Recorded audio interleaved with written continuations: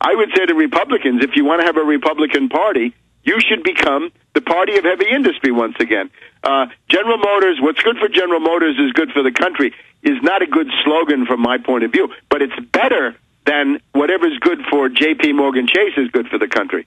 The General Motors one is a whole lot better because it has some basis in rationality. Well, they can provide real jobs. I mean, yeah, right, and they provide real products, and you can ride in these cars one way or another.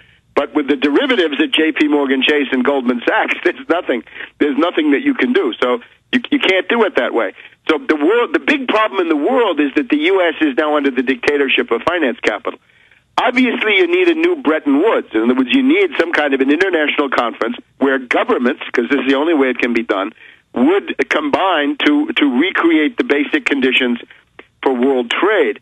Don't make it a gold exchange standard. Don't think that you're going to pay for everything in gold. That's what this article talks about. One of the options is to do everything on the basis of gold. That can't be done. There's not enough gold. That is very deflationary. Man, you imagine what the price of oil would be if you had to pay in gold? This would be for everybody. The price of oil would go to $5,000 or $10,000 a barrel because there's just not enough gold for 6 billion, 7 billion people.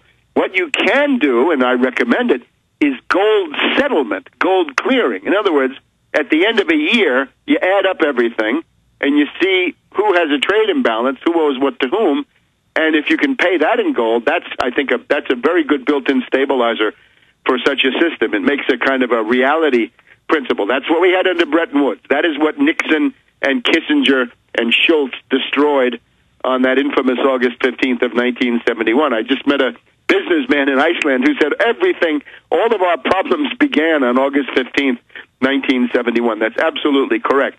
So go back to Bretton Woods and see what the viable features of that were, and there were quite a few, but supplement it with the idea that the goal of all this is not monetary stability per se, but it's massive increases in employment, production, living standards, and world trade, because world trade is the biggest indicator of them all, right? That's the lifeblood of the planet. Well, Webster, when we come back, because we're coming up on a break here, I really want you to break down your analysis of the latest G20 meeting out in Pittsburgh. Other than the standard dog and pony show of world leaders getting together and announcing a shift away from the dollar and towards a world currency, what was discussed? What are the policies that are coming out of that? What can we expect in the next 6 to 12 months? I mean, are we going to see a complete and total eradication of the dollar in these next 6 to 12 months? Are they going to wait 24 months? Are they going to wait 18 months? Are they going to get rid of it? I mean, you talked about regional currencies. Does that mean that we'll actually see an Amero type of currency, or is that just long gone? I think Amero is the least of it, and all the people who have been worried about the Amero should, as you I think were saying, look at the special drawing rights, because that's what's actually happening. Right? Mm-hmm. The U.S. just lent $100 billion to the IMF for special drawing rights. And those are in SDR units, right? Is a distant, it's an option for some point in the future. What's actually going on, as you say, day to day, you go to the IMF website, you can find the quotations for the SDR, every currency in the world expressed in SDRs, and they've just gotten basically $1 trillion from the world pumped in, and the U.S. has contributed $100 billion. A nice piece of change. Nobody seemed to even notice that. That was the least observed of all of the financial shenanigans that have gone on here in the last year and a half or so. Well, the SDR certainly isn't being discussed anywhere in the mainstream media. It was sparsely discussed at the last G20 in April when it kind of had its coming out party, and they had to admit, well, the IMF is going to start loaning this new unit, and we're thinking about calling it special drawing rights. New. This has been around for 35 years now. This came out of the oil crisis. Well, let's explain that to people and how it was just recently given more power. It's the Infowarrior with Jason BERMAS. We're with Webster Tarpley. Webster, tell people the history of the SDR. When I say it had its coming out party at the G20, it's when it was really announced that they'd no longer be giving out dollars and they'd be distributing SDRs to third world nations. They immediately, I think, gave $40 billion to Mexico. After that, tell people the history of this currency. We got Webster still? 74 oil crisis, and at that time it was called paper gold It was supposed to supplement the gold stocks of the world by creating something that obviously was not gold. It was paper, but it was like virtual gold, I guess we'd say today.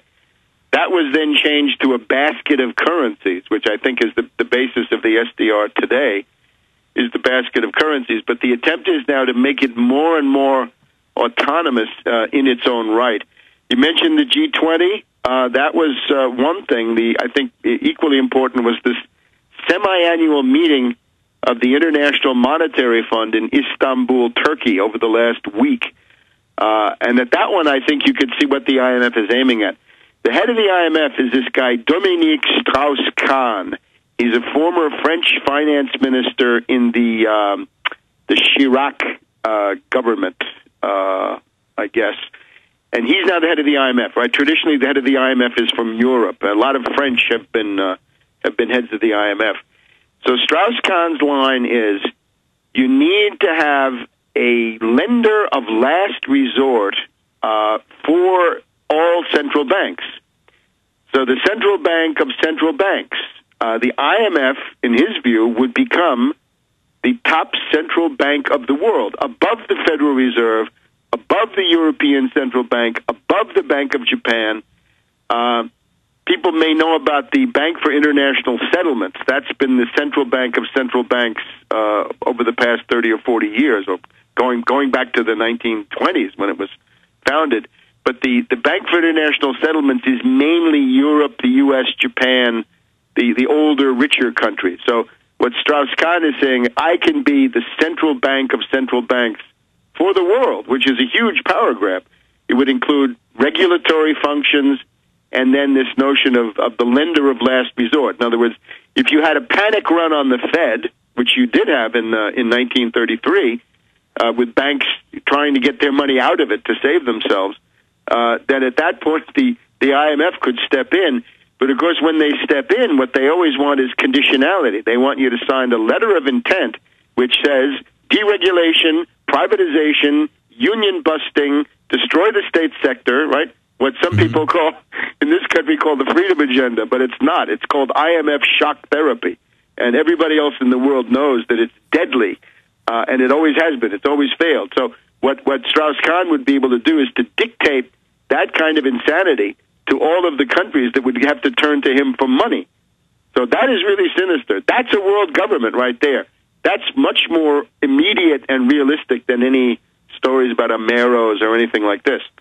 So you think we're a long way off from, say, a physical world currency, despite Medvedev showing, just a display of what a model would look like? You don't see that coming anytime soon. The thing, it takes a certain array of functions. You've got to have something like the U.S. Treasury market, which is a huge, huge market for bonds and shorter-term notes. It's extremely liquid. It's essentially the same as cash. There's always a bid. There's always an ask. You can always sell it. The fluctuations are at least visible. There's never a situation where you can't sell something. You've got to have a series of things like this to make it a reserve currency. I don't think any one currency can do it. The dollar Tarpley.net.